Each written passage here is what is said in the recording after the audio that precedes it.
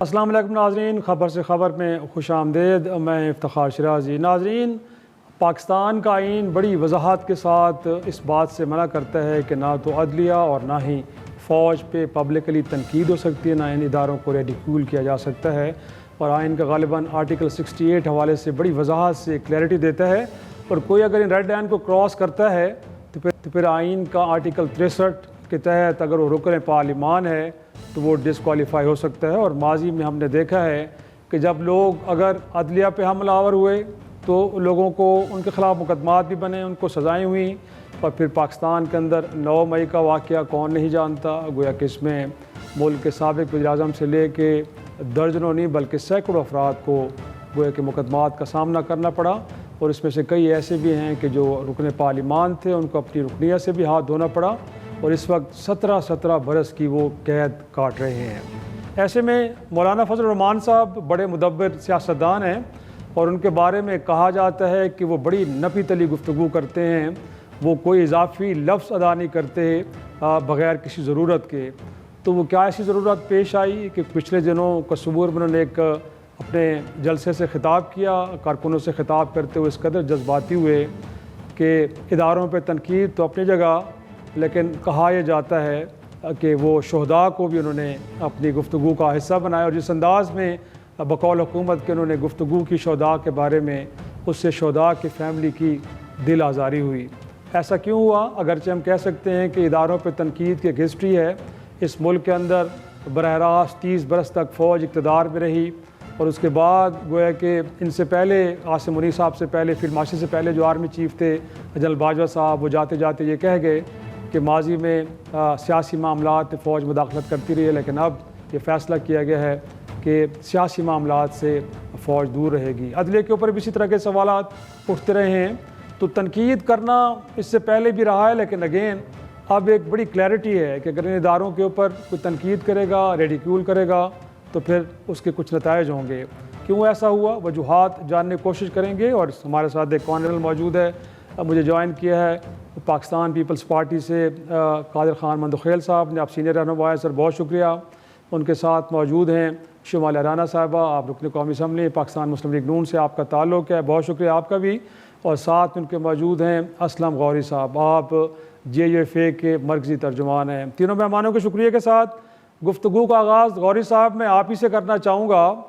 مولانا صاحب گویا کہ ایک سیزنڈ پولیٹیشین ہیں، اور انہیں معلوم ہے کہ کانسٹیٹیوشنل ریکوائرمنٹس کیا ہیں، ریڈ لائنز کیا ہیں، کیا بات کرنی ہے، کیا نہیں کرنی، اور اس میں کوئی شک نہیں، جیسے میں نے کہا کہ تنقید اس سے پہلے بھی ہوتی رہی ہے، بٹ شہداء کے معاملے پہ گویا کہ 9 مئی کو بھی تحریک انصاف پہ سب سے بڑا الزام یہی ہے کہ اس وقت بھی شہداء کے مجسمے، ان کی بے حرمتی کی گئی، ان کو جلایا گیا، اور اس کے بعد آپ نے دیکھا کہ لوگوں کو سزائیں ہوئیں۔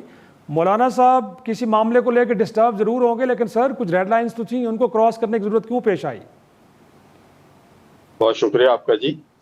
پہلی بات تو یہ کس نے طے کی ہے کہ ریڈ لائن ہم نے کراس کی ہے، پہلے تو یہ بتائیں۔ دوسری بات یہ کون ہے، کون جج بیٹھا ہوا ہے جو یہ فیصلے کر رہا ہے، ڈیسیژن دے رہا ہے؟ جب ہم بھی تو پاکستان کے شہری ہیں نا۔ جب ہم پہلے دن سے بار بار ایک بات کہہ رہے ہیں حکومت سے کہ مولانا صاحب کی تقریر قوم کے سامنے لے آئے، PTV پہ چلا دیں، اور قوم فیصلہ کر دے کہ مولانا صاحب غلط ہے یا صحیح ہے، لیکن افسوس کا بات ہے حکومت جو بھی بولتا ہے، حکومتی نمائندہ وہ ایک ہی بات کرتے ہیں، مولانا صاحب معذرت کر لو۔ بھائی کیوں معذرت کر رہے ہیں؟ مولانا صاحب نے کون جرم جو کیا وہ ثابت تو کرو۔ اب اس طرح یہ کوئی طریقہ، اس طرح ملک نہیں چلتا، جس طرح یہ چلانا چاہتے ہیں اس طرح ملک نہیں چلتا۔ مسلم لیگ نون میں سمجھتا ہوں کہ ان کو حکومت مل گئی ہے، اور جیسے بھی ملی ہے وہ بھی سمجھتے ہیں، آپ بھی سمجھتے ہیں، اکٹھے رہے بڑا عرصہ، تو اب وہ اپنی نوکری اور تنخواہ بچانے کے لیے اس حد تک آگے نہ جائیں کہ اپنے دوستوں کو بھی اپنا دشمن بنا لیں۔ مولانا صاحب نے ایسی کوئی بات نہیں کی۔ شہید جناب شرائع صاحب جتنے آپ کے اتنے میرے بھی ہیں۔ میں پاکستان کا، میری بات سنیں، میری بات سنیں، میں پاکستان کا شہری ہوں، میں پاکستان کا شہری ہوں، میں پاکستان میں رہتا ہوں۔ شہید جس گھر کا ہوتا ہے پہلے اس گھر کا ہوتا ہے، اس کے بعد پوری قوم کا ہوتا ہے۔ شہید پوری قوم کا ہے، کسی شخص کا نہیں ہے، کسی ادارے کا نہیں ہے، کسی کے گھر کا ہوگا، اس کے بعد پوری قوم کا ہوتا ہے۔ ہمارے لیے شہید قابل احترام ہے، چاہے وہ سویلین شہید ہو چاہے وردی میں شہید ہو۔ ہم کل یہ زیارت میں جو 90 سپاہی شہید ہوئے ہیں، آپ ٹی وی پہ کیوں نہیں چلاتے اس کو؟ اس کی کسی نے کنڈم کیوں نہیں کی؟ اسے وزیر اعظم صاحب نے بھی یا اٹھ کے کسی رفقا نے، کسی نے بھی اس کے اوپر پریس کانفرنس کی؟ کیا وہ پولیس کے لوگ وہ وردی میں نہیں تھے؟ اس میں JUI کے تقریباً 80% لوگ تھے، وہ وردی میں تھے لیکن JUI کے تھے. اسی طرح کوئٹہ میں واقعہ ہوتا ہے، وہاں بھی جو لوگ شہید ہوتے ہیں 50% JUI کے ہیں. وہاں پر تو کسی کو پریس کانفرنس نہیں ہوتی، وہاں پر تو کوئی اس کو نہیں کہتا کہ یہ بڑا ظلم ہوا ہے، اور وہ بھی تو وردی میں تھے، کیا وہ انسان نہیں ہے؟ تو میں سمجھتا ہوں کہ تھوڑی سی ایک، جیسا کہ آپ نے کہا کہ ایک ریڈ لائن ہوتی ہے. ریڈ لائن کا مطلب یہ نہیں کہ ہم بالکل ہی دوسروں کو، پاکستان کے جو شہری ہیں، جمہوریت میں عام آدمی کو بھی کچھ حقوق ہیں، جمہوری لوگ کو بھی کچھ حقوق ہیں، یا ماشاء اللہ نہیں ہے.